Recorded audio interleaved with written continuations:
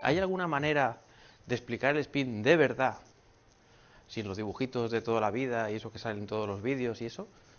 Y sí que la hay, pero me ha sido totalmente imposible sin utilizar matemáticas. Al principio, mira que lo he intentado bastantes, 2 o 3 semanas, he estado intentando decir algo cierto, de verdad, sin utilizar demasiadas matemáticas, y ha sido imposible. Y la razón es porque el spin, digamos, está estrechamente ligado con las matemáticas. Adentrarse en el mundo del spin es como meterse dentro de una habitación oscura y la única linterna que tienes es la de las matemáticas. Y con ellas puedes alumbrar. Es como cuando quieres, un matemático dice, oye, ¿cómo sería una esfera en 5 dimensiones? ¿No? En 3 sabemos cómo es, pero en 4, en 5, en 6, ¿qué propiedades tiene? O sea, como no lo podemos ver y no hay intuición física ninguna, pues tenemos que guiarnos por las matemáticas. Y el spin del electrón tiene que ver con eso. Tiene que ver adentrarse en un mundo que ya veremos, interno de la partícula, que no es intuitivo para nada. Y entonces necesitamos la linterna matemática. Así que hoy, ya digo, si alguien no puede más y se agota y se va, no va a haber ningún problema, no me va a enfadar ni nada. Vale, entonces lo que vamos a hacer es, primero, como el spin tiene que ver con el momento magnético, pues voy a decir una pincelada de lo que es un momento magnético. Luego el famoso experimento con el que se detectó por primera vez el spin. Luego un intento de una teoría cuántica que explique el spin. Las rotaciones en el espacio, ya veréis por qué. Un pelín de teoría de grupos, un pelín de nada. Y luego ya finalmente la teoría cuántica del spin no relativista. Ya diré alguna cosilla al respecto y alguna conclusión. O sea, esto es lo que vamos a hacer. Entonces, vamos a empezar por el momento magnético. A ver, clásicamente hablando, sin mecánica cuántica ni nada, sino en plan Newton y Maxwell, electromagnetismo y mecánica clásica de toda la vida, vemos que cuando una partícula de una cierta masa y una cierta carga va a una cierta velocidad girando en torno a un cierto eje, pues eso, digamos, se dice que tiene un momento angular. O sea que el momento angular es el vector L. Ese momento, o sea, si una partícula tiene momento angular es que está girando de alguna manera. Esa es la idea, ¿no? Y resulta que eso por un lado. Luego, por otro lado, si una partícula cargada se está moviendo, haciendo una especie como de órbita, de alguna manera, pues eso también, digamos, interacciona con un campo magnético. Es decir, si tenemos una particulita dando vueltas, pasan dos cosas. Una, tiene un cierto momento angular por estar girando. Y dos, se crea la sensación, visto desde lejos, como si fuera un pequeño imán, con su norte y su sur, y por lo tanto, si metemos esa partícula dentro de un campo magnético, pues se mueve, se orienta. ¿Vale? Estas son las dos ideas básicas. Esto sería el momento magnético que está relacionado con el momento angular de la partícula. Algo que gira tiene un momento magnético y entonces sufre las consecuencias de estar dentro de un campo magnético. Oscila o gira o se mueve o siente fuerzas o lo que sea. Muy bien.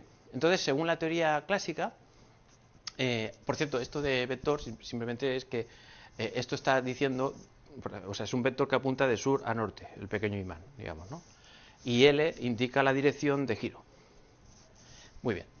Pues esto, claro, esto es si una pelota está orbitando alrededor de un eje. Pero, por cierto, la manera de calcular esto es muy fácil. Está por aquí, pero solo es un momentito, no voy a explicarlo. Como el PowerPoint estará puesto en el link. Vale, pero claro, ¿qué pasa si ahora consideramos? Insisto que esto no es mecánica cuántica, ¿eh? Esto es lo que se creía en 1920, o lo que uno diría en 1920, o por ahí. Claro, imaginemos una pelota, supongamos que el electrón es una pelotita que está girando en torno a sí misma, o sea, como la Tierra, ¿no? Cuando gira en torno al eje que pasa por el polo norte o por ahí. Claro, entonces eso como gira también tiene un momento angular, porque está girando. Lo que pasa es que normalmente se utiliza la letra L cuando está girando en torno a un eje y se utiliza la letra S cuando está girando en torno a ella misma. Entonces esta S se llama momento angular de spin, ¿vale? La Tierra tiene un momento angular de spin, pero clásico, es decir, gira en torno a sí misma. Entonces, claro, uno podía preguntarse, ¿podría calcular esto? Y resulta que si lo calculamos con una esfera cargada y tal, pues nos da esto. Fijaos que nos da exactamente lo mismo. ¿Vale? Por tanto, podríamos si la cuántica no existiera, o la vida no fuera cuántica, la naturaleza no fuera cuántica, diríamos que el momento magnético de un electrón que está girando es este. Por lo tanto, un electrón que gire es como un pequeño imancito que se ve afectado por un campo magnético.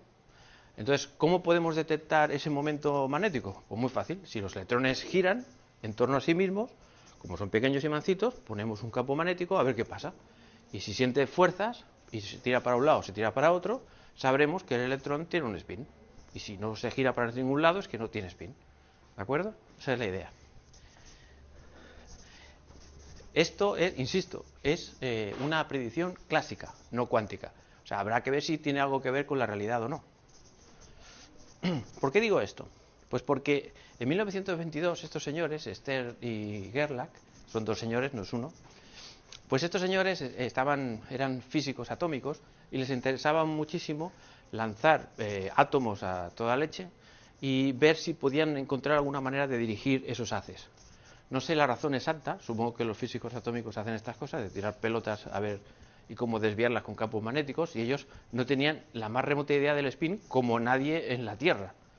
O sea, nadie se había planteado nunca jamás que el electrón pudiera girar, entre otras cosas, porque el electrón no se consideraba como una esfera, sino desde ya tiempos inmemoriales, que es algo que yo no entiendo, no sé si alguien lo entiende, pero lo que voy a decir ahora, pero un electrón no es una pequeña canica, un electrón no tiene dimensiones, no tiene un radio. Por lo tanto, si no tiene radio no puede girar, por definición. Por lo tanto, esto es absolutamente impensable, lo que estoy diciendo.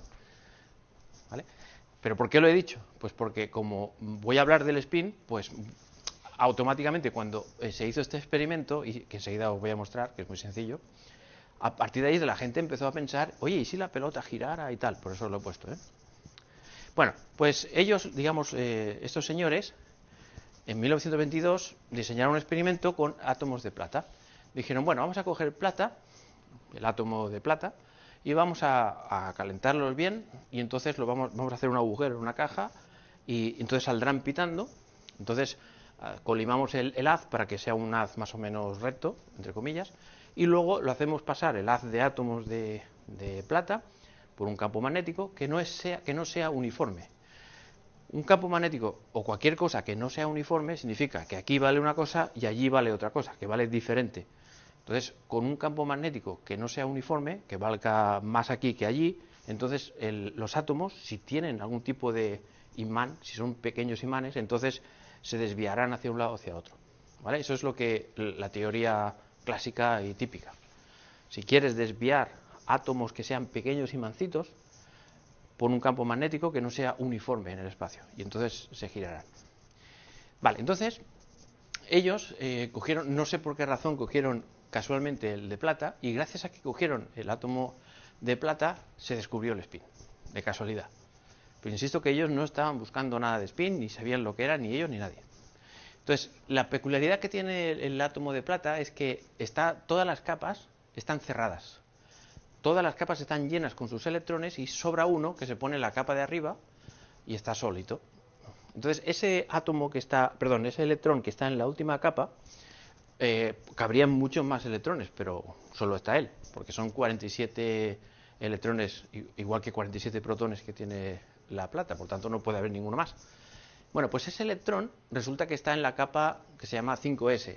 Bueno, la 5 porque es la capa 5 y S significa que tiene una simetría esférica. Por lo tanto, ya se sabía antes y ahora también, que cuando un electrón ocupa una capa S no tiene momento angular orbital, que se llama la L de antes. ¿Vale? Es una cosa muy rara, que no voy a explicar ahora, pero creedme de momento que no tiene. Exacto. Y entonces, si este átomo tuviera algún momento angular debido a alguien, pues sería al electrón.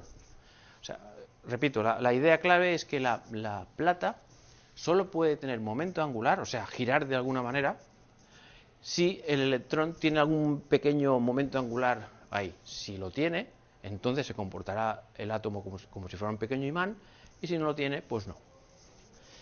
Vale. Muy bien.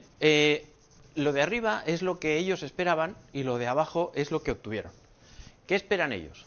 Bueno, Pues lo que esperan es que cuando los átomos de plata salgan por allí, claro, hay un desorden y por tanto los átomos de plata no están todos ordenados.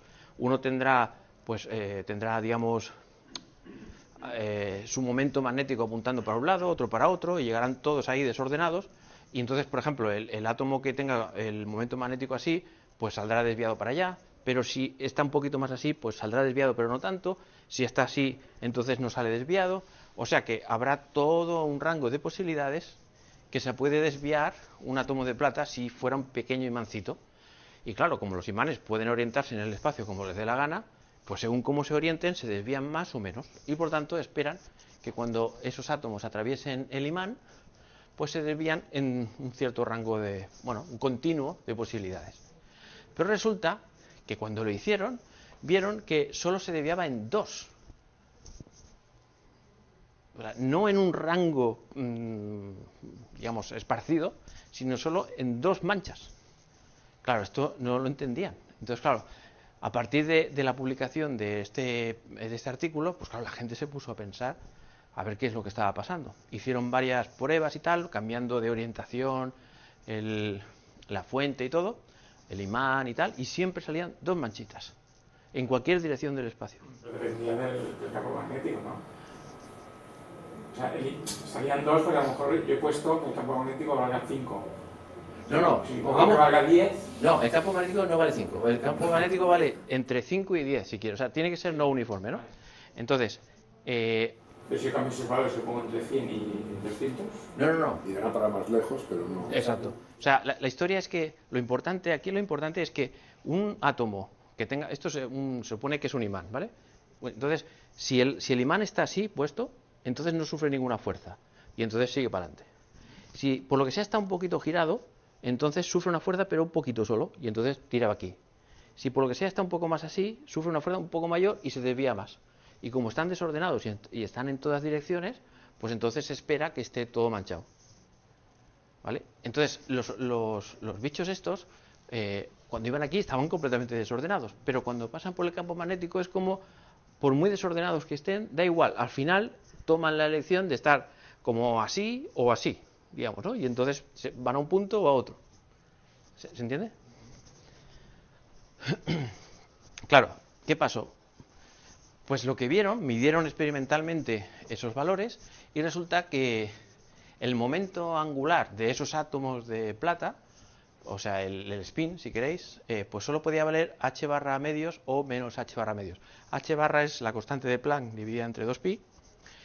Y bueno, y si tiraba para arriba, pues es más, y si tira para abajo, pues es menos. Estos datos de aquí son experimentales. O sea, en 1922 y unos años más tarde también en algunos otros experimentos, se midió numéricamente lo que valía. Y entonces, claro, la gente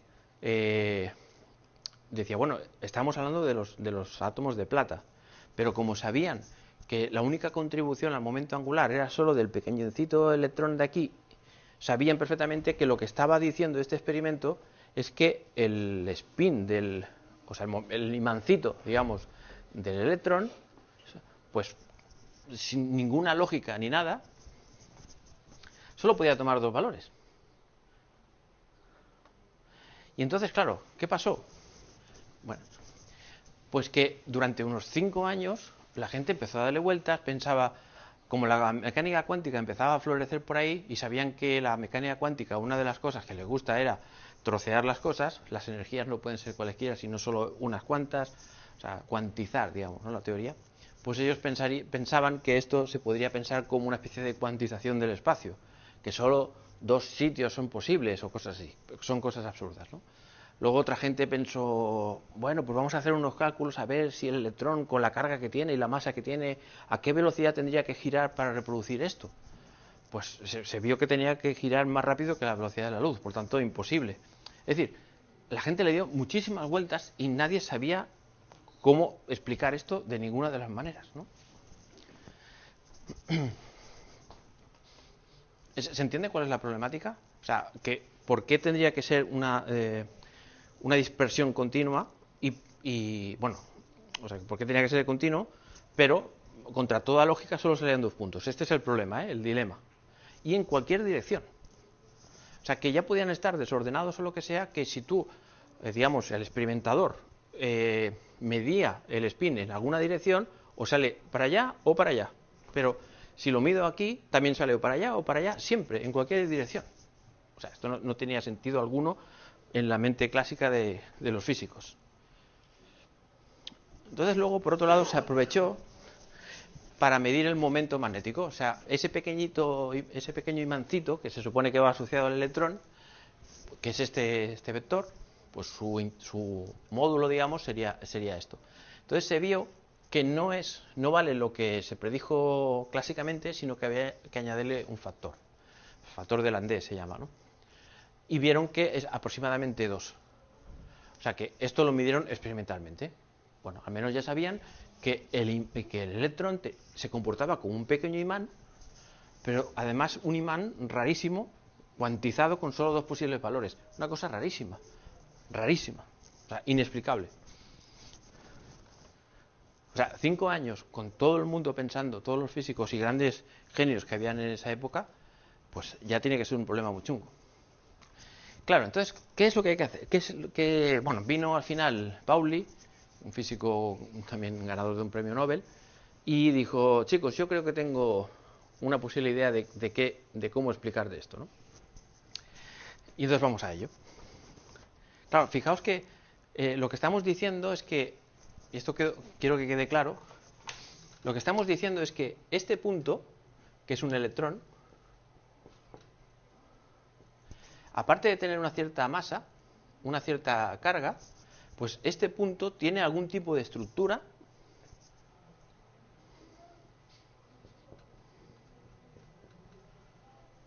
que le hace tomar pues 2 valores de su momento angular, que es igual a más menos h barra medios.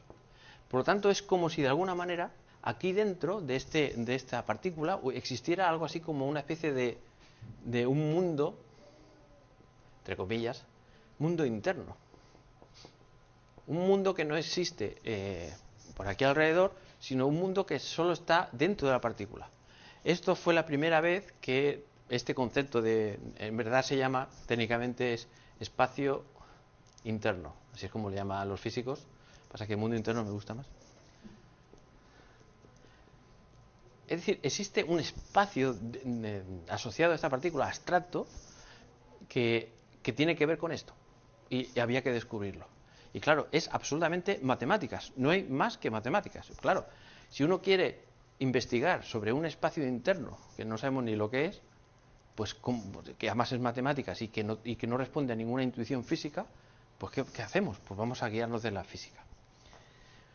La clave de todo es que esto es un momento angular. Y esto va a ser la clave.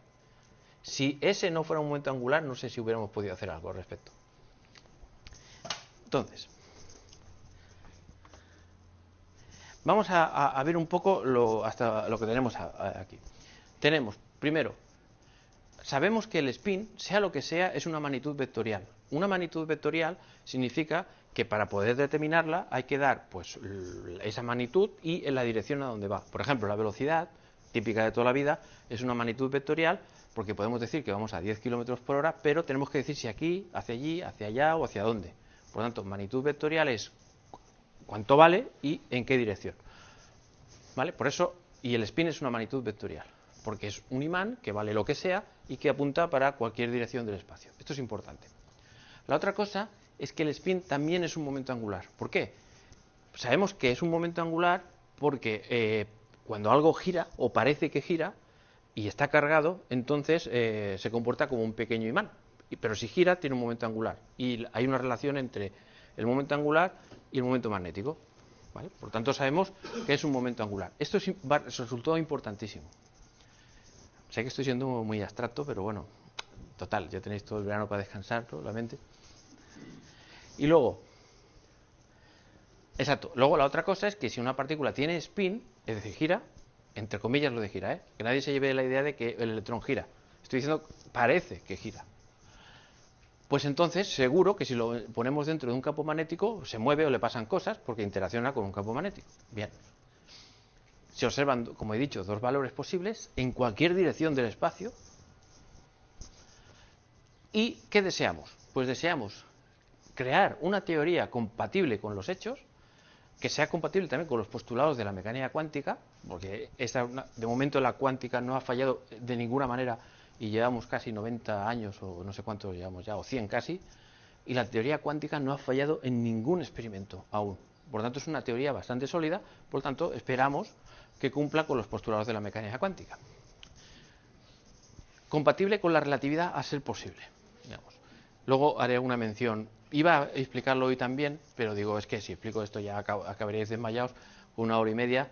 Igual me reservo lo de la relatividad si os interesa, si veo alguna mente despierta y con ganas de curiosidad, pues hablaría de la relatividad en otra charla. El spin y la relatividad, la conexión que hay es maravillosa. Y lo más importante, una teoría, a contrario de, por ejemplo, una teoría descriptiva como puede ser la botánica, me estoy metiendo con ¿hay biólogos o biólogas aquí? Menos mal. Bueno, pero igual por el vídeo y en YouTube sí que hay, perdón. Pero una teoría descriptiva es, pues bueno, esta flor se llama no sé qué, tiene estas peculiaridades y tal, pero una teoría descriptiva no predice nada. Vale, en física, una teoría descriptiva pues no tiene mucho sentido. Todas las teorías en física deberían ser capaces de predecir. Y predecir significa que, dadas las condiciones iniciales del problema, deberíamos ser capaces de calcular qué va a pasar de al cabo de un rato. O qué pasará en tal circunstancia. Si somos capaces de predecir, es que esa teoría es buena. Si no, no. Por tanto, necesitamos una teoría no solo que describa, sino que prediga. Una cuestión, ¿el spin presenta algún fenómeno giroscópico o no? Bueno, si entiendes giroscópico como algo que gira... No, giroscópico entiendo por el tema de inercias... Sí, tienes que pensar que el spin, a efectos prácticos, es como un pequeño imancito. O sea, lo que le pase a un pequeño imán, como precesionar o lo que sea, pues sí, pasan estas cosas. Es un pequeño imán. Lo que pasa es que es un imán raro que solo, cuando se mide, solo toma este valor o el otro en cualquier dirección del espacio, como ahora veremos. Pero sí, puede precesionar y hacer cosas de giros como cualquier imán. Vale. Pues... A ver, os presento el esquema básico de... Tranquilos que esto no vamos a sufrir, pero es así, o sea, no he tenido más remedio que recurrir a esto, porque es que no hay manera, y si hay alguien que diga que si encontráis algún día alguna manera de que se pueda explicar el spin sin recurrir a algo de matemáticas, es que me están diciendo cosas con colorines y dibujitos, o mentiras. Pero tranquilos que va a ser fácil. A ver, la historia es que la mecánica cuántica dice, a ver, ¿tú quieres describir un sistema? Sí. Bien. ¿Cuántas dimensiones tiene tu espacio? Digamos, hostia, pues no sé. A ver, ¿cuántos valores posibles puede tener esa magnitud que tú quieres? 2. Perfecto. Pues si son 2, significa que el espacio es de dimensión 2. Y pongo C2, el 2 por la dimensión 2, y la C porque en la mecánica cuántica trabaja con números complejos. ¿Vale? Por tanto, el espacio de Hilbert asociado a ese sistema del spin tiene que ser necesariamente C2 y no otro. Perfecto. Luego, dado ese espacio vectorial de Hilbert, pues claro, trabaja con vectores. Entonces, un vector de dos dimensiones pues son un par de números. Claro, esos otros números tienen que ser complejos, claro, porque estamos en C2. Entonces, especificados dos números complejos, pues diremos que el sistema se encuentra en ese estado, y lo que quiere decir eso simplemente es que si cogemos el número de arriba, calculamos el módulo del número complejo y lo elevamos al cuadrado, esto de aquí es la probabilidad de encontrar el electrón con el spin hacia arriba. Y esto es la probabilidad de encontrarlo hacia abajo. Entonces, ¿cómo se calcularían estos números? Pues por ejemplo, si nosotros tenemos lo que hicieron Stern y Gerlach, ¿no? Y entonces lanzamos un montón de átomos y tal, vamos viendo unos para arriba, otros para abajo, tal, podemos calcular el número de bichos que han ido para arriba, el número de bichos que hay para abajo y saber un poco cuánto vale esto y cuánto vale esto, en fin, se puede hacer experimentos para hallarlo, ¿no? Pero la teoría cuántica dice que tiene que tener sentido o poder describir el sistema con esos dos números. Eso es lo que dice la mecánica cuántica. ¿Sabemos algo más de cómo va a evolucionar o sabemos cómo medir? No sabemos nada, pero sabemos que el sistema tiene que estar descrito por dos números complejos. y que, pues, lógicamente, si esto es una probabilidad de algo y esto es una probabilidad de la otra cosa, la suma de las probabilidades tiene que dar 1. ¿Vale? Por cierto, si alguien se podía preguntar, oye, ¿y por qué el eje Z y no el eje X o el eje Y, no? Bueno, pongamos que la partícula está orientada así, al medir. Bueno, pues yo llamo a eso el eje Z. ¿Vale? O sea, puedo llamar eje Z a lo que quiera, pero una vez ya le he llamado eso, pues lo dejo así intacto para todo el problema.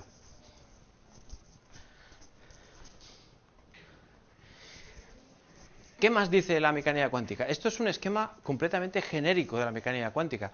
O sea que si algún día, paseando por la calle, os encontráis un sistema que parece cuántico y que tiene 3 dimensiones, pues montaríamos un espacio de Hubble de C3 y los vectores sean 3 numeritos complejos que sumados al cuadrado da 1. Y seguiríamos el mismo esquema. O sea, es un esquema estándar, lo que estoy diciendo, ¿eh? Vamos con los observables. A ver, en toda teoría cuántica que se precie, necesitamos tener lo que se llaman los observables, es decir, las cosas que existen en ese mundo. Entonces, ¿qué cosa existe en este mundo?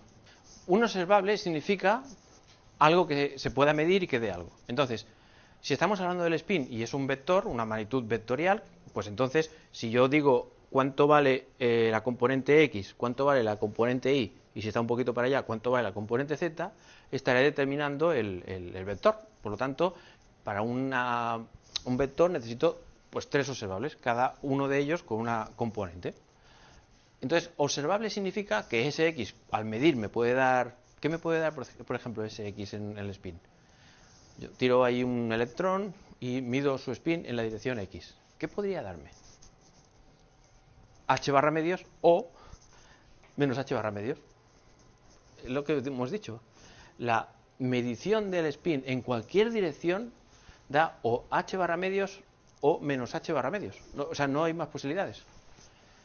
Si tengo un electrón que va por ahí y quiero medirlo en esta dirección rara, ¿cuánto me puede dar? Pues o para arriba o para abajo. O sea, en cualquier dirección siempre vale o H barra medios o menos H barra medios. Por tanto, eso es lo que va a pasar, ¿no?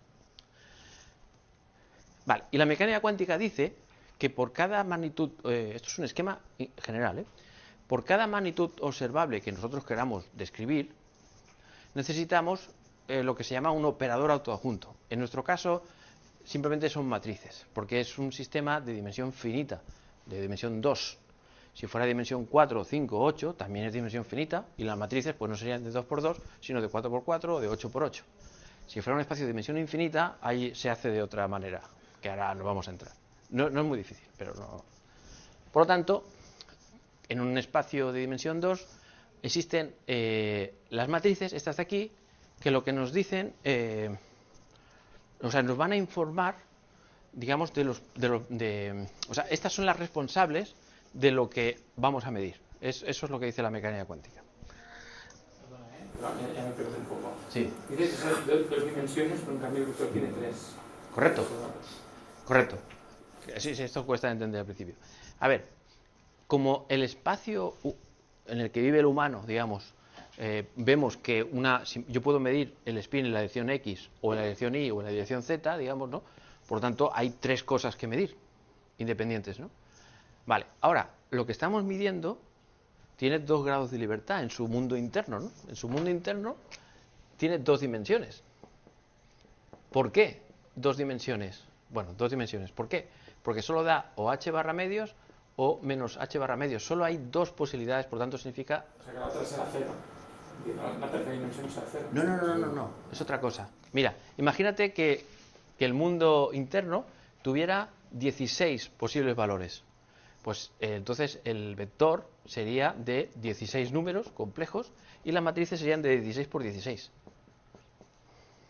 Es decir, esta dimensión no tiene absolutamente nada que ver con la dimensión del espacio. Nada. Eso, o sea, pretender que esto se entienda así con una tarde casi de verano y tal, es muy jodido, pero al menos que se entienda que no tiene nada que ver.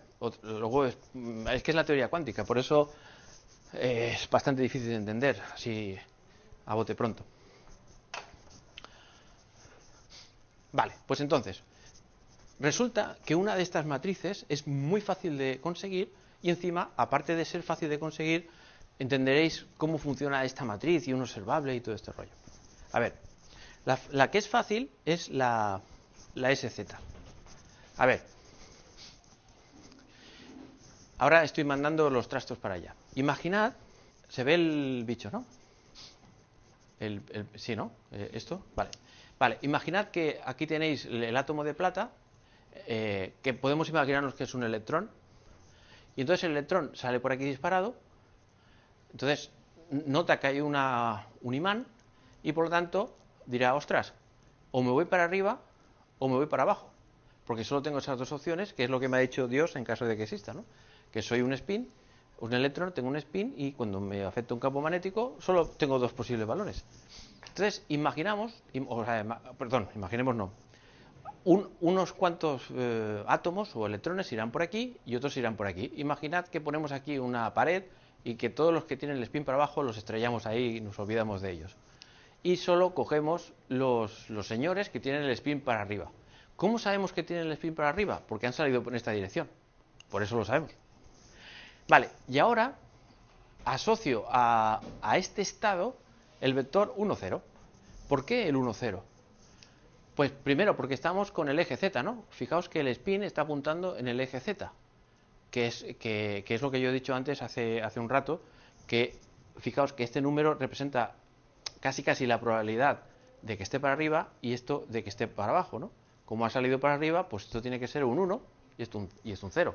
La probabilidad de que este señor esté para arriba es 1, porque está para arriba. Por eso este es el vector que lo describe. Si por lo que sea cogiéramos este vector que apunta hacia abajo, pues entonces el vector que describe el sistema cuántico tiene que ser 0, 1. 0 probabilidades de encontrar el señor para arriba y 100% de probabilidades de encontrarlo para abajo. Insisto, esto no es la probabilidad, hay que elevarlo al cuadrado, pero bueno, 1 al cuadrado es 1. Entonces la mecánica cuántica nos dice, todo esto tiene un porqué, pasa que lo estoy diciendo rápido, es una receta rápida de lo que dice la mecánica cuántica. La mecánica cuántica dice, a ver, si tú quieres montar una matriz que sea la asociada a la magnitud, la componente z del spin, o de lo que sea, lo que tiene que pasar es que estos dos vectores tienen que ser propios de esta matriz, y los valores propios tienen que ser los valores observados en la naturaleza. Esto, lo repito otra vez, porque es uno de los postulados de la mecánica cuántica. No me lo he inventado yo, nadie se lo ha inventado, lo hemos descubierto. Repito, si nosotros queremos medir la magnitud SZ y sabemos que los dos posibles valores son h barra medios y menos h barra medios, entonces lo que tiene que pasar es que los vectores que describen el sistema, ambos tienen que ser vectores propios de la matriz. ¿Y qué significa que un vector sea propio de una matriz? Significa que multiplicar la matriz por el vector da un número por el mismo vector. Y multiplicar esa misma matriz por el otro vector tiene que dar el otro número por el vector. Esto es lo que dice un postulado de la mecánica cuántica.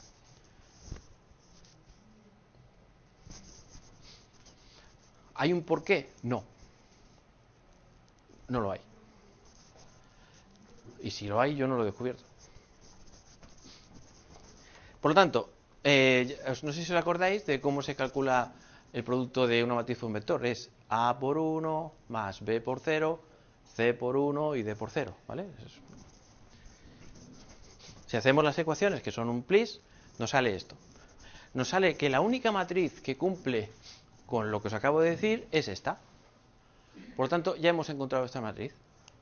Y esta matriz es la responsable de todo lo que tenga que ver con el spin en la dirección Z.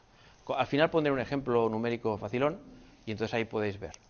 Pero tener esta matriz es tener un tercio de todo lo que nos hace falta. En cuanto tengamos esta y esta, tendríamos resuelto el problema del spin completamente. Ya sé que ahora no se entiende bien por qué, pero luego lo digo. Pero sobre todo que se os quede en la mente que encontrar estas tres matrices es resolver el problema totalmente. Ya veréis por qué. Claro, la pregunta es, bueno, ¿y cuánto vale ese X y ese Y? Ni idea. Ni idea. O sea, de hecho, cuando digo ni idea, es ni idea. Realmente ni idea. O sea, sabemos esto porque hemos utilizado un postulado. Pero es que esto podría ser cualquier matriz, o sea, realmente de verdad que podría ser cualquier cosa. O sea, no tenemos ni idea. Y es por eso que hay que recurrir a las matemáticas y buscar una analogía. Y hay que hacer la misma analogía que he dicho antes, que si nosotros sabemos cómo es la ecuación de una esfera en 3 dimensiones, digamos, que es x al cuadrado más y al cuadrado más z al cuadrado igual al radio al cuadrado, esto estoy hablando como si fuera un matemático, ¿no?, que dijera, vale, pues ahora quiero hacer una esfera en 5 dimensiones. Pues, hostia, pues si hay 5 dimensiones, pues será las 3 que vemos, más otras que no sabemos cuáles son.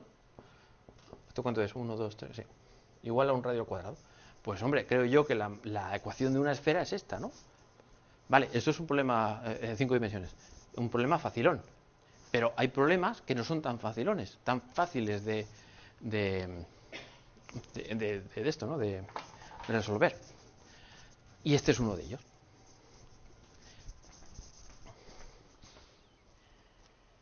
Sí, insisto, de verdad, aunque no entendáis bien por qué, ya llegaremos en su momento, encontrar esto es nuestra máxima urgencia. Aunque no se entienda por qué, luego os digo. Pues lo que vamos a hacer es utilizar un truco maravilloso que es usando la teoría de grupos. La teoría de grupos es la cosa más fantástica que han creado los matemáticos. La teoría de grupos tiene una... Si se os tiene que quedar algo de hoy, que se os quede el spin, que es muy bonito y todo el rollo, la cuántica y tal, pero ir a aprender teoría de grupos, y sobre todo teorías de grupos de Lie, que se llama. O sea, esto es la cosa más maravillosa que, de hecho, me está dando ganas de irme a hacer algo de teoría de grupos a una facultad de matemáticas para aprender más, porque esto es de un poder inconmensurable. Y vamos a resolver este problema utilizando la simetría. Vamos a utilizar simetría, que es básicamente descrita por teoría de grupos. O sea, esto, insisto, además, la teoría de grupos es lo que está guiando ahora a los señores que están haciendo las nuevas teorías, como la teoría de cuerdas y tal, como están yendo por espacios internos de 26 dimensiones o de 12 dimensiones, lo que sea, pues necesitan una linterna con la que alumbrar la habitación esa oscura de tanta dimensión, y entonces utilizan, entre otras cosas, teoría de grupos.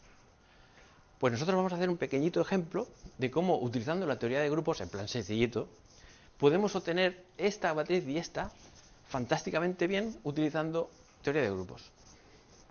Que básicamente, teoría de grupos, así en una frase normalita, sería, hostia, teoría de grupos sería algo así como, si esto ocurre aquí y establecemos una correspondencia entre esto y esto, pues aquí debería ocurrir algo parecido a esto, ¿no? Si esto lo conocemos bien y esto no tenemos ni idea, y hay una correspondencia, podemos saber qué va a pasar aquí sabiendo lo que sabemos aquí que pasa y que hemos establecido una correspondencia. ¿Entendéis un poco? Este es el rollo. Entonces, pero antes de la teoría de grupos, déjame deciros 2 pinceladas de rotaciones en el espacio. ¿Por qué rotaciones en el espacio? Porque quedaos con la idea de que decir momento angular, hablo de Newton, de la mecánica clásica de toda la vida, decir momento angular es hablar de rotaciones. No tengo tiempo para explicar por qué, pero esto ya se sabe desde Newton casi, ¿vale? Bueno, desde Newton no, unos cuantos años después, pero momento angular está estrechamente ligado con las rotaciones. Y entonces, saber cómo se puede rotar un sistema es tener muchísima información sobre el momento angular. ¿Por qué me importa a mí eso? Pues porque el spin es un momento angular. Por tanto, necesitamos saber cómo se rota el espacio normal y corriente para luego saber cómo se rota un espacio interno abstracto. ¿Vale? Por eso, la conexión entre rotación y momento angular es clave. Entonces vamos a poner un ejemplillo para que veáis de dónde sale lo que voy a poner después. A ver, vamos a ir un momento a un mundo facilón y que podemos comprender, que es un mundo de 2 dimensiones típico.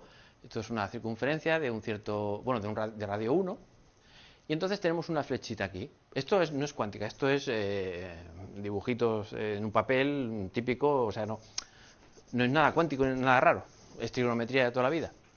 Entonces, esta flechita pues tendrá una cierta componente x, una cierta componente y tendrá un cierto ángulo de giro phi.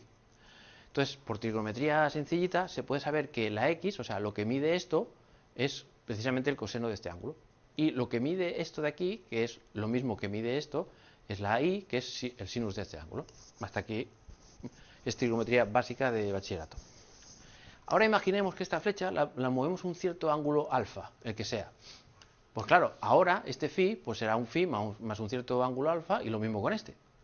Y luego, para pasar de aquí a todo esto, se utilizan las relaciones de trigonometría típica de toda la vida de el coseno de una suma y el seno de una suma, que eso lo descubrieron los señores de Pitágoras o por ahí. O sea, ya se sabía de hace 2000 años esto. Por lo tanto, si lo hacemos, detectamos que en estos dos términos, precisamente el coseno, coincide con la x de antes, y el seno coincide con la y de antes, y aquí lo mismo y aquí lo mismo. Por lo tanto, podemos reescribir la nueva x' e y' de este vector rotado en función de la x y la y del vector sin rotar. Repito, la resumen. Si tienes un vector que tiene una componente x y una componente y lo rotas a un cierto ángulo alfa, y por lo tanto el nuevo vector tendrá una componente x' e y', la relación que hay entre las nuevas componentes y las anteriores es esta.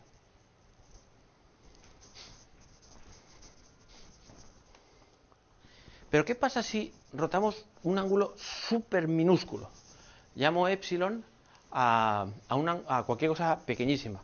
Por cierto, en la facultad teníamos un chiste que el profesor, cada vez que ponía epsilon y decía que eso es una magnitud despreciable, ¿no? En el sentido de que era muy pequeña, ¿no? Y entonces, pues lo típico, nos imaginamos a epsilon como alguien feo y despreciable, digamos, ¿no? Bueno, chiste malo. Bueno, pues imaginad por un momento que epsilon fuera un ángulo 0,000001, algo muy pequeño. Entonces, nosotros sabemos, si tuvierais calculadora lo podéis hacer, que el coseno de 0,00001, o sea, de algo muy pequeño, es 1 directamente. Si lo ponéis a la calculadora veréis que pasa eso. Y el seno de un ángulo muy pequeño, por ejemplo, seno de 0.0003, pues dará casi 0.0003. ¿Vale? Esto es una propiedad típica de los ángulos pequeñitos. Por lo tanto, si la fórmula de antes cambiamos el coseno por el 1 y el seno por el epsilon, tenemos esto, que el ángulo rotado es casi esto de aquí. Y diréis, ¿y esto para qué? Bueno, es que estoy enseguida. Esto es clave para entender el spin, como ahora veréis. Podéis salir huyendo, que veo por ahí que hay caras de sueño. No esperabais una cosa tan matemática, la vida es así. Vale, pues acabo con lo que quería decir. Como hemos rotado en el espacio x e y, la z la hemos dejado intacta, por lo tanto, la añado aquí diciendo que la z la hemos dejado intacta. El señor girado en torno al eje x y deja intacta la z. Por lo tanto, es esto. Y luego, pues puedo ponerlo esto en forma matricial, que simplemente es estos señores con la prima se ponen aquí, los señores x y z se ponen aquí, y si os fijáis, como delante de la x hay un 1, pues lo pongo aquí, como delante de la y hay menos epsilon, la pongo aquí, como no hay ninguna z, pongo un 0 y así lo demás. Esto es una manera matricial de poner las mismas ecuaciones, ¿vale? O sea, es una manera de ponerlo equivalente. Luego, por otro lado, si os fijáis, aquí podemos separar esta matriz en suma de matrices, de tal manera que vamos a ponerla como el término que no tiene epsilon, que son estos unos de aquí, esto de aquí, y luego los dos términos que tienen epsilon serían este y este. He sacado factor común epsilon y me queda menos 1 y 1. Vale, pues este es el tesoro. O sea, esta cosa de aquí, es lo que me va a hacer entender el spin. Me faltan dos más, pero los pongo en la diapositiva siguiente, calculaos ya, Esto se llama generador de la rotación en torno al eje Z. Y esto, por la teoría de grupos, va a ser crucial. Enseguida veréis. ¿Vale? Esa matriz que hemos obtenido de esta manera, con angulitos pequeñitos, se llama generador. En este caso, de la rotación en Z. Si hacemos la misma historieta de girar un poquitito en el eje X, en el eje Y y en el eje Z, veréis que se obtiene esto y por tanto los generadores son estos. Vale, pues esta es la piedra filosofal. Estos tres matrices son la piedra fundamental para ir al spin y de hecho al spin cualquiera. Incluso al gravitón, el spin 2. O sea, pasa que ahora estamos con el electrón, pero bueno. Vale, entonces, simplemente una pincelada de teoría de grupos. Se dice, simplemente pongo esta definición por si alguien dice qué es esto de un grupo. Bueno, pues un grupo simplemente es un conjunto que tiene una operación y que cumple estas propiedades.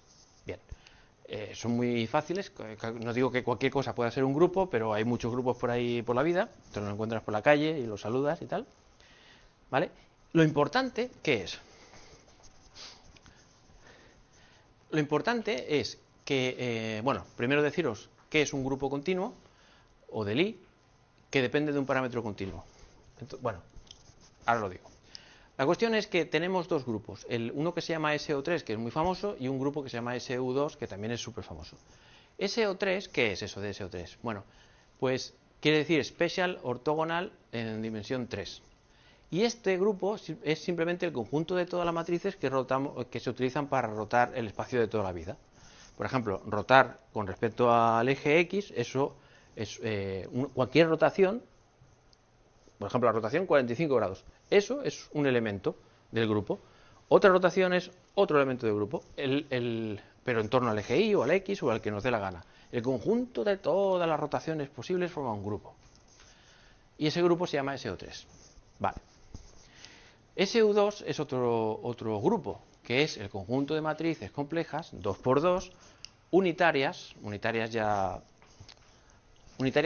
que son las que le gustan a la mecánica cuántica, que son las que conservan la probabilidad total. Con determinante 1 es para una serie de cosas que no voy a entrar en detalle, pero lo pongo exacto por si alguien quiere seguirlo. Vale, pues SU2 también es otro grupo. Bien. El grupo SO3 es el grupo responsable de todo el comportamiento de rotaciones tanto para físicos como ingenieros, como de todo. O sea, el SO3 es el grupo de rotaciones, no sé si lo conoces o no, pero bueno, es todas las rotaciones posibles de sólidos o lo que sea. Y SU2 es simplemente el conjunto de matrices que son estas de aquí. Pero ¿qué pasa? Que estas matrices son las matrices que son las que nos gustan a los físicos cuánticos. Porque estas transformaciones o estas matrices son las que la mecánica cuántica en sus postulados nos dicen que tenemos que calcular. ¿Vale? Y fijaos que en este caso es 2 por 2, igual que el spin, que también tiene dimensión 2. O sea, actúa en el mismo espacio que el spin. ¿Vale? Complejas, son números complejos, y 2 por 2, o sea, dimensión 2. Pues bueno, la magia está aquí. Esta es la magia. Nosotros conocemos SO3 perfectísimamente. Esto es el conjunto de todas las rotaciones posibles que nos podamos inventar, que le pongo una R, como diciendo, bueno, hay un montón de rotaciones posibles, una en torno al eje X, otra en torno a Y, otra en torno a un eje raro, rotaciones R. SU2 son las transformaciones que pasan de una matriz a otra, y resulta que ocurre lo siguiente. Toda matriz que hay por aquí, de todas estas, le corresponde una sola.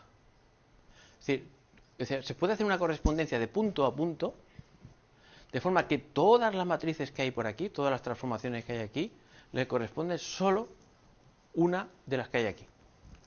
Tiene una peculiaridad que es que U y menos U van al mismo sitio, pero bueno, es una pequeña peculiaridad. Pero lo importante es que, salvo esta pequeña duplicidad que hay, todos estos puntos o todas estas rotaciones tienen su análogo en las rotaciones de toda la vida, digamos.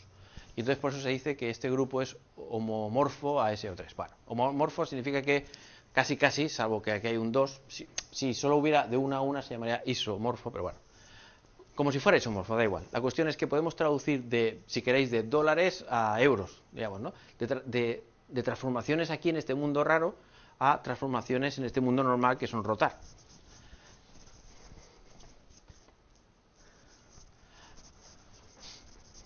Vale, ¿dónde está la clave?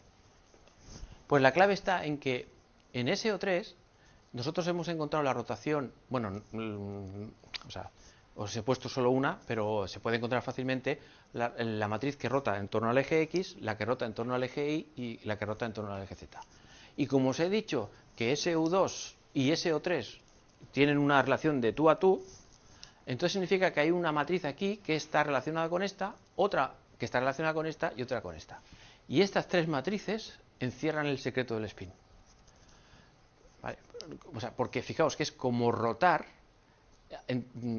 digamos, es como rotar el espacio interno cuando el sistema de afuera, o sea, lo que quiero decir con esto es que Si tengo aquí el electrón, y aquí tengo el eje X y tengo el eje, perdón, el eje, bueno, sí, el eje X y el eje Y, y el Z está por aquí.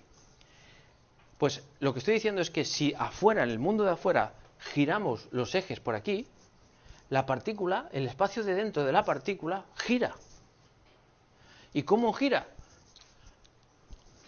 Pues he dicho en torno al eje Z, ¿no? Pues gira a partir de esta transformación, que no tenemos ni la más remota idea de qué cojones es esto.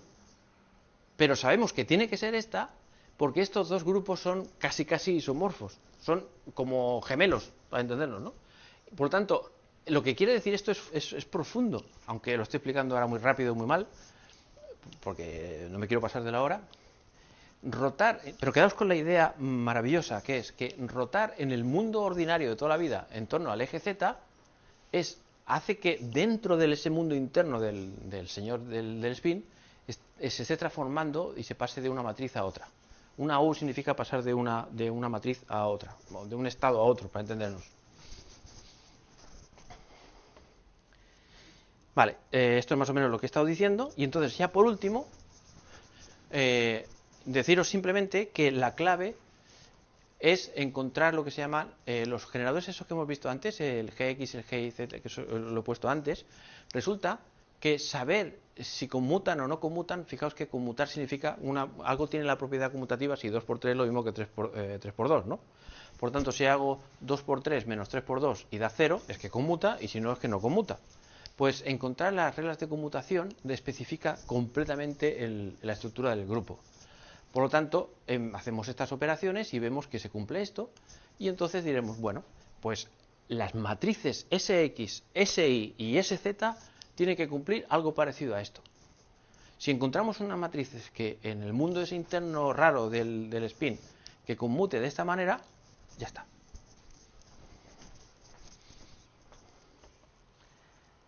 Y entonces, pues es lo que hacemos, ya para acabar. Tenemos que encontrar SX y SY de forma que cuando se reste de SZ, que ya la tenemos, y etcétera, etcétera. Entonces, lo que voy a hacer ahora es pasarlo rápido, porque si queréis ya se puede mirar en el PowerPoint cuando esté colgado. Pero básicamente, lo que vemos es que esta matriz tiene una serie de peculiaridades, que la traza es 0 y que su determinante es este. La traza significa simplemente la suma de la diagonal. Y entonces esperamos, por simetría, que tanto SX como SY, porque podemos llamar al eje X y al eje Y como nos dé la gana. Yo le puedo llamar a esto el eje X, eje Y, eje Z, pero el vecino del quinto le puede llamar a este eje otro. Entonces la matriz no tiene que tener las mismas propiedades generales. Por eso pediremos que esas matrices tengan estas mismas propiedades que tiene esta. Y entonces, cuando uno propone un modelo pues, que tenga esas mismas peculiaridades, pues calcula con esta nueva rara que tiene que descubrir cuál es, cómo conmuta con Z, da unas cosas raras, que no son autoadjuntas, pero sacamos un factor común y se convierten en adjuntos. Estos son detalles matemáticos, ahora que paso por alto porque ya os he pegado un tostón que no veas. Y con eso descubrimos que SX debe ser de esta forma. Entonces, cuando ya tenemos cómo debería ser SX y cómo debe ser SY, las hacemos conmutar y las obligamos a que dé SZ. Entonces se hacen los cálculos, multiplicar matrices, no tiene más historia, y entonces nos da esto. Y entonces, por tanto, esta debería dar, como tenemos X e Y, debería dar la Z. Pero la Z sabemos que es un H barra medios aquí y un menos H barra medios aquí. Y aquí 0 y 0. Por tanto, la A esta tiene que ser 0, en fin, sale, es lo que decía, ¿no? Esta debería ser igual que esta, lo que hace que esta A de aquí tenga que ser 0 y que B al cuadrado más no sé qué valga esto. Y entonces esto nos deja con que SX y SY pueden ser estas y podemos elegir la B y la C que nos dé la gana. Hay muchas y entonces se coge la B y la C de forma que coincida con lo que Pauli, el físico este, escogió en su momento. Puede haber sido cualquiera, es la más sencilla. Porque hay muchas matrices que pueden cumplir esto. Entonces se coge estos valores para que coincida con los libros y por fin tenemos las matrices. Entonces, esto lo he saltado rápido, no pretendo que se entienda, es solo para que veáis las entrañas de esto, ¿no? Pero sí que me paro un momento ahora y digo, esta la hemos encontrado por los postulados de la mecánica cuántica y estas dos la hemos encontrado gracias a que sabemos rotar en el espacio de verdad. La manera en la que el espacio rota y cuáles son lo que llamamos los generadores de las rotaciones del espacio normal y corriente, esos tres generadores G, X, G y GZ, esos tres tenemos que encontrar sus análogos en el mundo ese abstracto raro, SX, SY y SZ, y esas tres cosas son las que se encargan de girar y luego de hacer cálculos y de cosas. Esta es la idea que tenéis que daros. Y para saber cómo conectar el mundo externo de toda la vida con el mundo interno es a través de teoría de grupos. Claro, no puedo explicar teoría de grupos ahora y todo para que se entienda. Podía estarlo, pero tenía que hacer un curso de por lo menos 20 o 30 horas para entenderlo todo, ¿no? Pero quería deciros de dónde viene el spin. Esto es exactamente el spin. Claro, la pregunta es, bueno, muy bien, todo muy bonito, yo me quiero ir, pero yo me quedo con que has encontrado tres matrices y yo aquí no tengo ni idea de qué hacer con estas tres matrices, ¿no? Vale, pues os pongo un ejemplo para que veáis la potencia maravillosa que tiene esto. Es lo que digo, ¿no? Vale, y con esto acabo. A ver, tenemos al señor azul y al señor naranja. El señor azul está orientado de esta manera y el señor, o sea, por ejemplo, el Z yendo para arriba, y el señor naranja está orientado en una cierta dirección y por tanto su Z no es Z, sino es Z', por llamarle de alguna manera, la orientación de él. Entonces, para orientar el eje Z, pues normalmente se hace con una flechita, que normalmente se le llama N, y que te dice, digamos, en qué dirección estás. He puesto estos números por poner algo. Por ejemplo, si aquí pusiera un 0, aquí un 0 y aquí un 1, pues quería decir que está así, igual que este. Si hubiera aquí un 1, aquí un 0 y aquí un 0, quería decir que está orientado en el eje X, etc. Pones cualquier tres números y está orientado de la manera que sea. Ahora resulta que en el asunto este del Stern-Gerlach hemos visto o hacemos que venga por aquí spines que han salido por la abertura de arriba. Por lo tanto, sabemos que esos spines están orientados según el eje Z. Lo sabemos por los experimentos. Por lo tanto, si le preguntáramos a este señor, diría, hombre, pues el estado de este señor es el 1,0, para mí. ¿Por qué para mí es el 1,0? Pues porque el eje Z está orientado de la misma manera y por lo tanto la probabilidad de encontrar el señor para arriba pues es 1 y de encontrarlo para abajo 0. Y se acabó la historia. Ahora es cuando viene la gran pregunta, la capacidad de predicción. Porque cuando Pauli y los físicos que hicieron esto, hicieron la teoría, dijeron, bueno, pero si yo no saco números y no soy capaz de predecir nada, esto no sirve para nada. Y además que a lo mejor esto es, digamos, una gran farsa de teoría de grupos y de historias que en fin. Bueno. Entonces, lo que nos vamos a preguntar ahora es,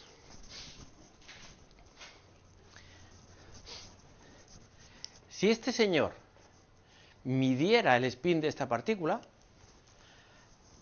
claro, si fuera la mecánica clásica de toda la vida, diríamos, hombre, como está un poco torcido, pues, hombre, si fuera la mecánica clásica, no la cuántica, diríamos, bueno,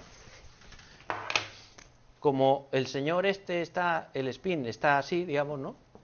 Y yo estoy un poco torcido, pues diría, mira, el spin que yo voy a medir, pues el numerito lo que valga, me lo invento, 0,78, 0,78. Pues esto es lo que yo mediría, ¿no? Si fuera la mecánica clásica. Pero, ¿qué dice la mecánica cuántica? Que ya puede estar el spin como le dé la gana, que yo, ¿qué voy a medir? O esto, o esto. ¿Vale? Muy bien. Pues eso es lo que está preguntándose. Si estoy en esta dirección,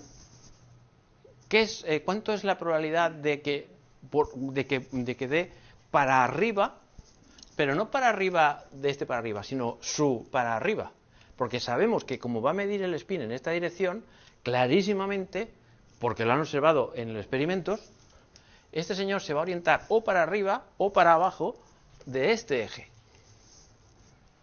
¿Se entiende? Yo no lo entiendo, nadie lo entiende, pero es así, ¿vale?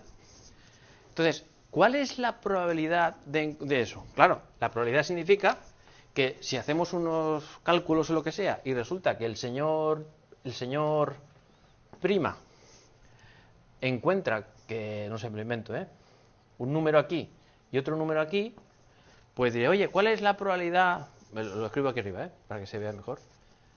Si el señor prima encuentra aquí un número y aquí otro número, haciendo cálculos o lo que sea, claro, ¿qué dirá el señor prima?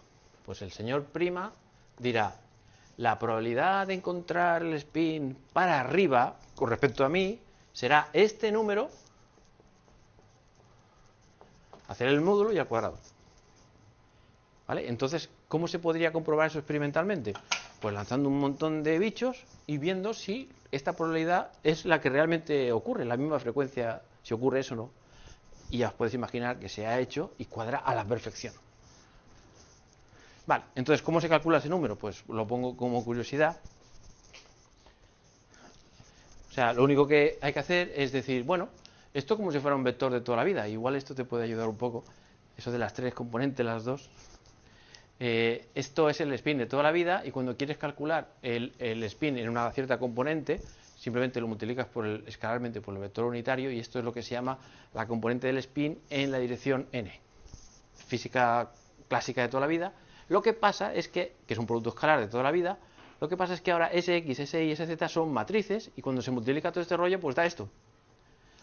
Y entonces lo que dice la mecánica cuántica finalmente es que cuando ya está, y si entendéis esta frase que voy a decir ahora, pues ya yo estaré feliz.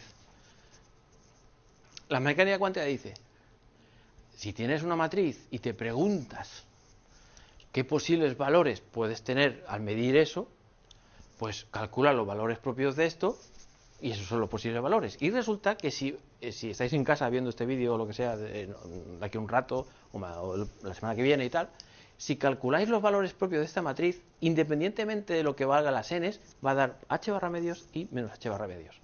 ¿Vale?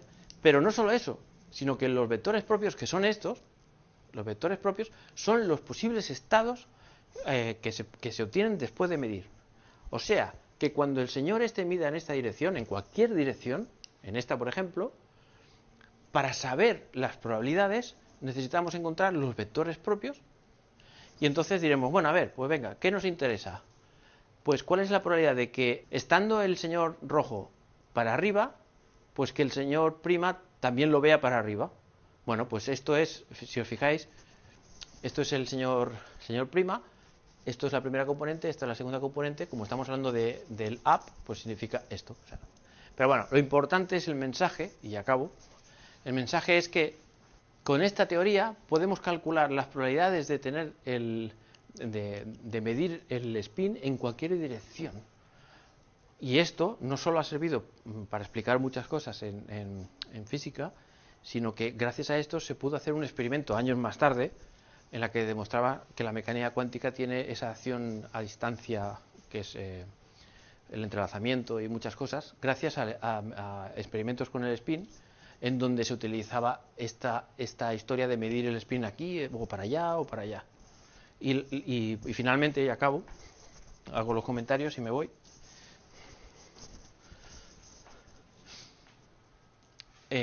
O sea, bueno, los comentarios son, como acabáis de ver, aparte de, a lo mejor a esta hora de la tarde, un poco aburridas las matemáticas, no lo sé, pero son súper poderosas. Si la teoría de grupos no hubiera estado inventada, no sé yo si hubiéramos podido llegar tan fácilmente al spin. Luego, os he hecho esta charla, que ya sé que es de todo menos quizá pedagógica, no es la más pedagógica que tengo, estamos de acuerdo, pero sí que podéis sacar una lección, y es que cuando no tenemos ni idea, ni siquiera ninguna intuición física de lo que está pasando, entonces, y tenemos que explorar terrenos inhóspitos y desconocidos, como son espacios internos dentro de una partícula, abstractos, pues tenemos que soportarnos de alguna manera. Y la manera de soportarnos es con las matemáticas. Y sobre todo con la teoría de grupos, que es uno de los apartados de las matemáticas más poderosos, pero no solo en física, en química, en la propia matemática. Que por cierto, el primer matemático que empezó a estudiar en serio la teoría de grupos, uno de los primeros, fue un tal Galois, ¿no? O Galois, o no sé cómo se pronuncia, que en aquella época, hace 3 siglos o por ahí, o 4, no sé, pues era tan rebelde con 20 años que dijo, oye, mira, voy a batirme en duelo con tal persona por no sé qué problema tenía, y eso era al día siguiente, duelo con pistolas. Y entonces, pues la noche anterior se puso a escribir todas las cosas que él sabía de grupos y de cosas, y hizo una contribución maravillosa, importantísima, que ha sobrevivido con el paso de los años, ¿no? Al día siguiente, pues tiene el duelo, le disparan en la barriga y muere. Pero bueno, en fin. Pues a partir de este trabajo y otros trabajos parecidos de otra gente, se inventó la teoría de grupos muchísimo antes que la mecánica clásica, la cuántica, ni nada. Pero ha resultado poderosísima. Luego, también deciros que unos 6 años más tarde, Paul Dirac se inventó su famosa ecuación, de la que he hablado aquí alguna vez, y en esa ecuación se puede ver que sale de forma natural el spin. Es decir, que si esos señores no hubieran visto el spin en ese experimento, Dirac, pues cuando se encontró esto, hubiera dicho, señores, que estoy encontrando aquí una cosa rarísima, tenemos que interpretarla. Y quizá hubieran llegado también en las mismas condiciones. O sea, pero insisto que la ecuación de Dirac, que describe el electrón, pero en condiciones relativistas, cumpliendo la relatividad, pues sale de repente el spin por ahí, aparte de la antimateria, que es otra cosa, ¿no? Pero bueno. Entonces, lo bueno es que esta ecuación predice el valor casi correcto de G, la G, el numerito ese que corregía la predicción clásica, ¿no? Y además predice de qué manera interacciona el spin del electrón con el campo magnético. O sea, dirá que es uno de los más admirados físicos por parte del resto de físicos, porque en una sola ecuación, en fin, sacó un provecho máximo y además indicó el camino por donde seguir para hacer la teoría cuántica de campos, que es mecánica cuántica y relatividad. Vale, y luego deciros también que resulta que a partir de aquí esto fue la primera cosa que se vio, pero es que tienen que entrar ahora. Vale. Pero resulta, y acabo, que el electrón fue el primer spin que se observó en la naturaleza, pero luego, claro, la gente preguntó, oye, ¿y puede ser que haya spin, yo qué sé, 1? ¿O spin 3 medios? ¿O 2? ¿O 5 medios? O sea, por ejemplo, spin 1 querría decir que si una pelota tiene spin 1, cuando pasa por un campo magnético, en vez de hacer 2 manchas, haría 3 manchas. Un spin 3 medios es que cuando pasa por aquí, 3 medios, haría 4 manchas, etcétera. Un gravitón, que aún no se ha descubierto, que tiene spin 2, daría 5 manchas. Sí. Vale. Vale, deben ser niños, ¿no? Vale.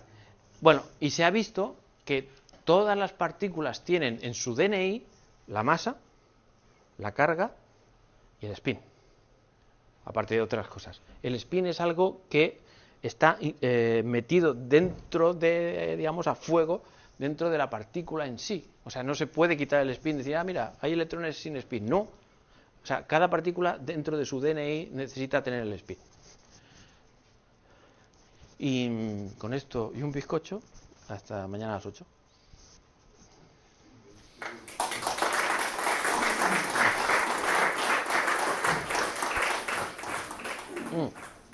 Yo haré una cosa, los que tengan que irse por desmayo, que se vayan, y si hay alguno que quiera hacer alguna pregunta o algo, pues puedo hacerlo, ¿eh? Sé que me he pasado, déjame hacer unas palabras de disculpa, sé que me he pasado, pero ¿por qué he hecho esto?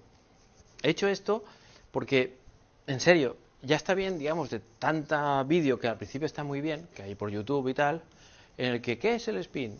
Y te dicen, pues, en fin, no digo tonterías, pero no sé si me entendéis lo que quiero decir. Spin o qué es la ecuación de Einstein, que está muy divulgativo, pero no sirve absolutamente para nada.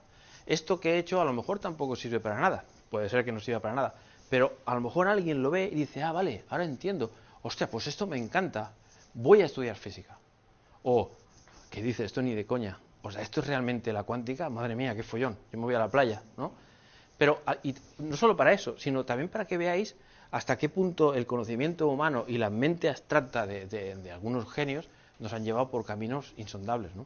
Y aquí podéis ver, y sobre todo comprender un poco cómo ver la matemática abstracta, cómo nos ayuda a los físicos, digamos, ¿no? Y cómo el mundo es matemático. Espero que me disculpéis. No siempre va a ser así. Pues si queréis hacer alguna pregunta, hacedla ahora o callad para siempre. Una cosa, en el tubo de rayos catódicos, ¿por Sí. qué la deflexión es controlada? Si no, deberías tener dos Posibilidades. Porque es un campo eléctrico, no magnético. Sí, sí, sí. Es una diferencia de potencial que hace un campo eléctrico y entonces pues ahí no hay cuantización, digamos. No, pero las bobinas deflectoras son magnéticas. ¿Cómo? Las bobinas deflectoras son electromagnéticas. Bueno, sí, pero la esencia de eso es porque hay un campo eléctrico, ¿eh? Que es lo que mueve el asunto. Si fuera por campos magnéticos, si fueran electrones, ahí la cosa sería más jodida. Sí. Los quarks tienen spin. Exacto, o sea, tienen spin, tienen hasta los neutrones, que no tienen ni carga. ¿Cómo se sabe, o una evidencia de que hay quarks, es que el neutrón, que no tiene carga, tenga spin? Porque recordad que el spin viene de que algo que tenga carga gira de alguna manera rara, que por cierto no gira. O sea, el electrón, ahora voy a la pregunta, pero por favor, el electrón no gira en torno a sí mismo. Y alguien dirá, bueno, si no gira, entonces ¿cómo leches tiene un spin ahí? Nadie lo sabe. Ni creo que se pueda saber nunca. Porque no se puede mirar ahí, digamos, ¿no? Pero no puede ser, o sea, no gira por una sencilla razón. Porque cualquier cosa, digamos, teoría, que las ha habido, que intente explicar eso como algo que gira, lleva a incongruencias. Velocidades superiores a la velocidad de la luz, etcétera, etcétera. Es decir, que hasta el momento tenemos que admitir que el spin es una propiedad cuántica que no tiene aparentemente análogo clásico y que no tenemos la más remota idea, pero gracias a las mates sí que podemos describirlo. Y entonces el tema del neutrón, por ejemplo, una evidencia de que existen los quarks es que el neutrón tiene spin. ¿Y por qué tiene spin? Pues porque dentro del neutrón hay quarks y los quarks tienen spin. Porque están cargados los quarks. Y entonces, claro, pues un spin para aquí, un spin para allá, pues la suma de todos los spins de los quarks da algo. Y el neutrón tiene un spin. El protón también, el electrón también, pero las partículas extrañas y exóticas también tienen. Por ejemplo, creo que el neutrino. Sí, creo que el neutrino. No, prefiero no mentir. Pero sí, o sea, cada partícula, a la hora de describirla, a partir de 1925 por ahí, cuando se descubre una partícula tienes que decir cuál es su masa, si es que la tiene, cuál es su carga y cuál es el spin. Y luego deciros que el spin es algo que está en la naturaleza metido ahí a fuego y que nos dicta cómo el mundo es. Porque se ha visto que los que tienen spin fraccionado, 1 medio, 3 medios, etcétera, son fermiones, y los que tienen spin entero, 0, 1, 2, son bosones. Y los fermiones y los bosones se comportan de una manera completamente opuesta. Y además se ha visto que las partículas que están asociadas a las fuerzas que siente la gente por ahí, bueno, la gente no, la gravedad, la interacción fuerte, etcétera, las partículas que se intercambian son solo bosones y nunca fermiones, y nadie sabe por qué. Bueno, a lo mejor alguien lo sabe, pero yo no lo sé, ¿vale? Estamos hablando de... Pero no es aquello que ponen los libros, sino que debe ser especulaciones que van más allá de lo que incluso yo sé, ¿no? O sea, que el spin marca el comportamiento de las partículas, hasta tal punto que las partículas que son fermiones tienen lo que se llama el principio de exclusión. Por eso la química es como es. Si una partícula no tuviera spin 1 medio, los electrones, perdón, si los electrones no tuvieran spin 1 medio, entonces serían bosones. Y si son bosones, significa que se pueden meter mogollón en el mismo sitio. Y entonces, pues no se montarían los átomos y todos los elementos químicos que tenemos, que se van estructurando. No, serían todos hacia abajo y no existiría nada. Pero por alguna razón que nadie sabe, los electrones tienen spin y por lo tanto cumplen una cosa que se llama antisimetría, que obliga, digamos, a que no pueden estar amontonados, y cuando ya entran dos, pues ya tienes que irte a otro sitio donde haya más espacio y se va creando las estructuras y los átomos y la química tal como la conocemos y los seres vivos. Bueno, estoy enrollando bastante, es que esto del spin es una cosa que me fascina desde siempre. Si alguna vez encuentro alguna manera de explicar spin que sea de verdad y que no sea con este rollo, lo pondré, ya pondré una nota. Esta vez sí que no habrá mates. Bueno, no sé si hay alguna preguntilla más. Escolta, no has dit per què es falten de mig en mig els espins. Ah, ¿por qué un mig y no un terç? Un mig, 3 mitjos. Quin motiu profund hi ha per això? Vale, a ver. Vale. És una casualitat molt gran també, no? Eso es otro misterio maravilloso. Y es que Cuando, I no té relació amb els grups de línia, res? No? Sí, está estrechamente ligado con eso. Claro, los matemáticos cuando vieron ahí, hostia, aquí tenemos cositas para trabajar, pues entre los físicos y los matemáticos se pusieron a investigar si esto de lo que le pasa al spin un medio, pues podía ser en otras dimensiones. Y se dieron cuenta, de hecho yo mismo utilicé una etapa de mi vida para ponerme a fondo a estudiarlo y verlo con mis propios ojos, que cuando uno dice, si tengo tres operadores o tres observables que conmutan de esa manera, hay un teorema que dice, la única posibilidad para que se cumpla que haya tres cosas que sean un momento angular o algo así como un spin, bueno, las únicas posibilidades son o que el spin valga 0, o que valga un medio, o que valga 1, o 3 medios, o 2, y cualquier otra posibilidad no es posible. Es un teorema matemático que gracias a la teoría de grupos y a la mecánica cuántica. Es un teorema. ¿Cero també? ¿Cómo? Sí, 0 también. Por ejemplo, el bosón de Higgs tiene spin 0. Por lo tanto, pues simplemente que hay una mancha y se acabó. Això no és com no tenir res. Sí, es un pobre desgraciado, sí. Por eso desaparece tan rápido. No, te quería comentar. O sea, entiendo que al final el spin es una propiedad intrínseca de la partícula, ¿no? Correcto. La masa, el que tenga masa una partícula o que tenga una carga, más o menos vemos las aplicaciones que tiene. El que tenga spin, ¿para qué nos sirve? Bueno, pues por ejemplo, los ordenadores cuánticos, por ejemplo. O sea, hay ordenadores que utilizan, ya sabéis, hace tiempo que no hablo de cuántica, de ordenadores cuánticos, pero igual debería hacerlo algún día. Pero no tanto de computación cuántica, sino de cómo montar un ordenador cuántico, ¿no? Pero el spin se utiliza, ahora no, creo que es los de resonancia magnética. O sea, hay ordenadores cuánticos, prototipos de ordenadores cuánticos teóricos, que están basados en el spin de la resonancia magnética. O sea, que el spin se puede utilizar para crear un ordenador cuántico. Ahora no sé exactamente el mecanismo o la teoría, pero por ejemplo tiene una aplicación en eso. Pero imagínate que no tuviera aplicación, ¿vale? Imagínate que no encontráramos ninguna aplicación. Pero da igual, ¿por qué? Porque si nosotros como seres humanos no contemplamos el spin, digamos, entonces no entenderíamos nada de la naturaleza. Por ejemplo, el spin nos ha proporcionado el saber que cuando miramos luz que viene de las galaxias y tal, para saber aquella galaxia si tiene hidrógeno o no tiene, pues entonces hacemos lo que se llama un espectro y nos salen unas líneas y entonces resulta que alguien un día descubrió que donde debería haber una línea, pues hay dos, si miras bien.